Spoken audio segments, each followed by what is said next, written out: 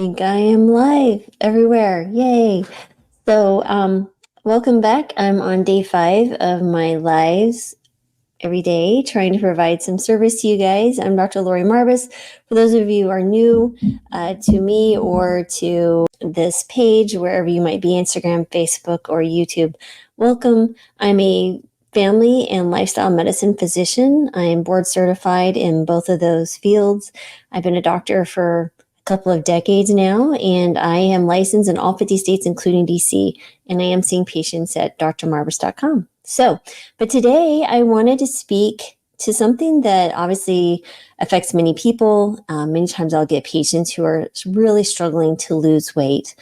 And, I typically approach this as let's get the diet in the right place, your movement, your sleep, let's get everything optimized. And weight loss seems to be a beautiful consequence of doing all these wonderful lifestyle things. However, sometimes I do see some patients who continue to struggle to lose weight for a variety of reasons. So I wanted to just kind of speak to what I consider the secret sauce to weight loss, which is just a few tweaks that you might want to be thinking about.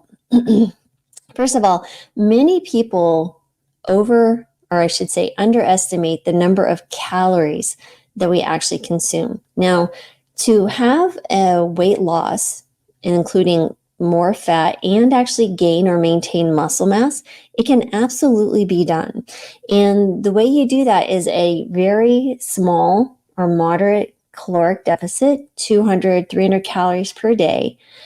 And you also need to incorporate strength training. So the saying goes, eat less, move more, absolutely is true.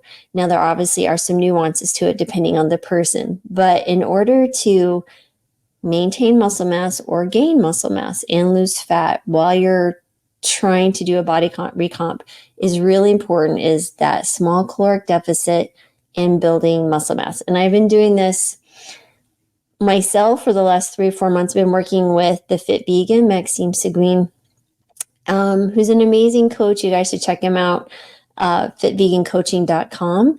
And it's been great.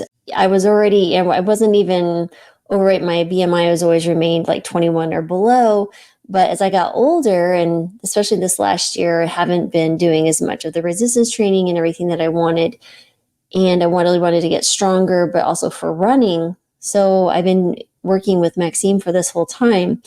I have lost 10 pounds of body weight, but also even more body fat and gained muscle at the same time. So what am I doing? I'm running 3 times a week. I'm trying to get, one of my goals is to run a half marathon in under 2 hours. I will be 53 next month, but I want to do this by the time I turn 54 next October. And I've run lots of half marathons, but I've never done it under 2 hours because I've always been a bit of a slower runner. But if I can beat that in middle age, I feel like that's saying a lot. Now, I feel really good. I have great energy. For the most part, I sleep well. I do have some, difficulty sleeping, waking up in the middle of the night. But that seems to be getting better. I find that the more I exercise and hit at least 12,000 steps a day and incorporate that weight training, I sleep much better when I move my body more. So that's one thing that does help with the weight loss, is better sleep, but also more movement. And in addition to that, I'm also doing weight training 3 days a week. So there's an upper body focus, another day is a lower body focus, and another one is a full body. Over the progression each week, I'm adding increasing weights, or we're adding increasing sets. And that means that I'm just doing a progressive overload. So today was a little bit hard one. So one of my other goals, I have 3 goals for the next year, is to do a pull-up straight from a straight hang, and not a chin up, but a straight up pull-up. So I went from not being able to do any negative pull-ups very well to 3 negative slow pull-ups, and I'm doing some other stuff. And the other thing I want to do is a pistol squat on each leg. And if you don't know what that is, it's basically, imagine you're going on a deep squat, but with one leg out, and then you sit down, you squat down, and you come back up. And that's hard for young people, but I know I can do it. It's just going to take some time, and I'm not going to ever think that I can't, because I know I can. But it's anyway, so it's a process. So today, for example, we're working on those progressions and I'm adding more, but it was really hard. And it was great to know what my body can, but it was also nice to be challenged. So I think the other piece of this secret sauce weight loss is not going so far outside of what you potentially could do, but making yourself work towards a goal that you're going to feel super good about when you do reach. So I know even the progressions, because I know doing that pull up or doing that pistol squat or running that half marathon under 2 hours is going to be an amazing day when I do accomplish that, because I will accomplish it. But what's really been fun for me is to see the progression, right? Is to really latch on to, I've hit the next step. So these are small increments of improvement that are getting me closer and closer to that ultimate goal. And once I hit that goal, then I'll, add on to tap onto the next one. But for me, the reason I can feel like I can do the hard work, one, I'm doing two things. I'm making the progress smaller, right? So it's not something that's going to wipe me out. So I'm not going in and lifting to exhaustion where I just can't. But, I'm really literally working to where I'm a little bit sore, but I'm not so sore that I can't move the next day. And there may be benefit to, going all out to where you can't do any more reps, but that's not for me. I am a busy human that's a doctor and I have work to do. And the last thing I want to do is cry every time I, go to sit down on the toilet or sit down in my chair. I'm a big fan of feeling the muscles and saying, yep, they're there. I've done some work, and seeing progression and being able and encouraged to move on and continue the workout. So I think that's another thing that many times we get weekend warrior syndrome, or we go out and we, I don't want to say it, but balls to the walls kind of thing. Like you're out there really just having a blast, and then you're exhausted for a week or two because you've injured yourself. I am not a fan of injury. So for example, I've run for a long time. I first started running towards the end of my high school year, just in preparation for the Air Force, because I really wanted to do ROTC, and I had been active duty. I served for 4 years. It was a little bit later, but I started running and I really enjoyed it. But what's been interesting is over the years, I'd have wax and waning times of running. So for example, more recently, to build up where I didn't feel like I'd have injury, because I'm running 5 miles Tuesdays and Thursdays, and like this Saturday I'll run 8, and I'll build that up to probably 10, and I will only be doing 3 runs a week. But I will have a strong foundational base of about 20 miles per week. And what I'll do is I may throw in some speed work or some other things, but I really wanted to build a strong foundation. And the way I did that, and I've done it multiple times over the many decades, is starting literally with half a mile. I would run half a mile and be happy with it. And then the next week I've gone as small as adding a quarter of a mile per week, adding a half a mile per week. In the last 3-4 months, I've been adding half a mile per week on my Tuesday, Thursday runs, and a full mile on my Saturday.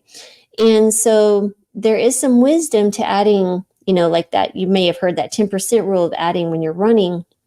You can certainly do that, but I found those increments are sustainable for me without injury. And now the longer runs, I do need to pay attention to. As I get fatigued towards the end of my run, I found that my proper form and stuff kind of diminishes. So that can, be a concern for injury.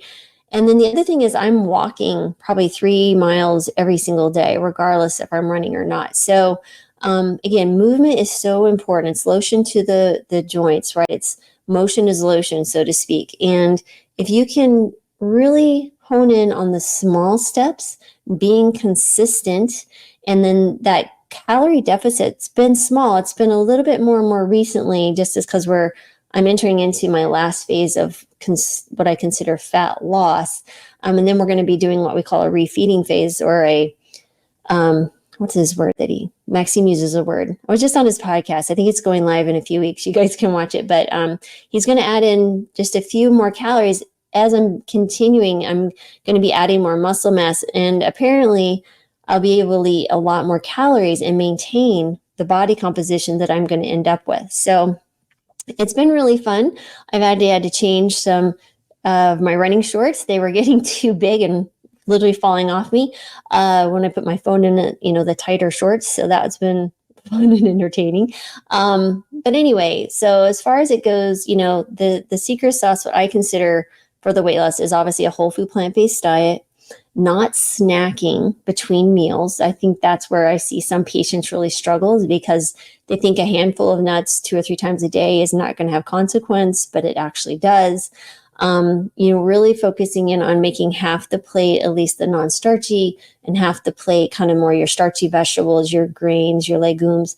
When you're in active weight loss, that does help. If someone is really struggling and they don't want to count calories, if you can just kind of even go by a plate, and I know Dr. McDougall has done something similar to this, but it's just kind of a 50-50 plate. 50% of non-starchy and then 50% of starchy and legumes and whole grains, things like that. So anyway, I hope that's helpful.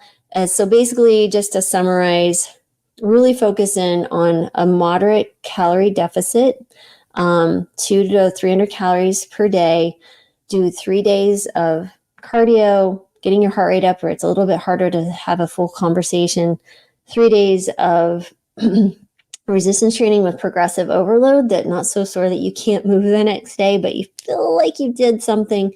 And then really, making sure that you're getting that restful sleep. You're going to bed at a regular time and waking up at the same time, most days of the week, if not all.